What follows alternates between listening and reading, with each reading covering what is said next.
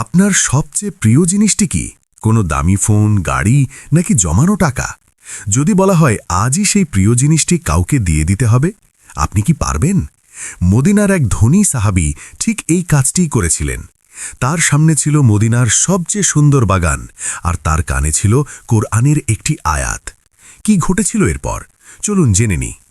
হজরত আবু তালহা রাদিয়াল্লাহু আনহু ছিলেন মদিনার অন্যতম সম্পদশালী আনসার সাহাবী। মসজিদে নববীর ঠিক উল্টো পাশেই ছিল তার প্রিয় বাগান বাইরুহা।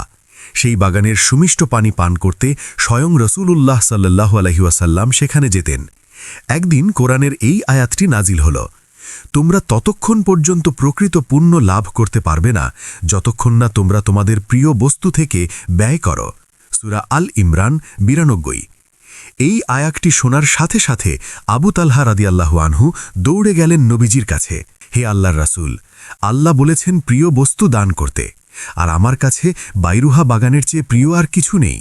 আমি আজ এটি আল্লাহর সন্তুষ্টির জন্য সাদকা করে দিলাম।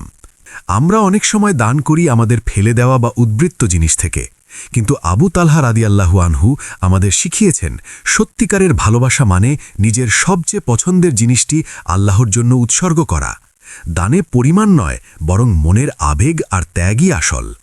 আমরা কি পারি আমাদের প্রিয় কোনো অভ্যাস বা শখের জিনিস আল্লাহর খুশির জন্য ত্যাগ করতে? আপনার মতামত কমেন্টে জানান। এই ভিডিওটি ভালো লাগলে শেয়ার করে অন্যদের জানার সুযোগ করে দিন। আগামীকাল এরকম আরেকটি ইসলামিক ভিডিও মিস না করতে চাইলে চ্যানেলটি ফলো বা সাবস্ক্রাইব করুন। ধন্যবাদ।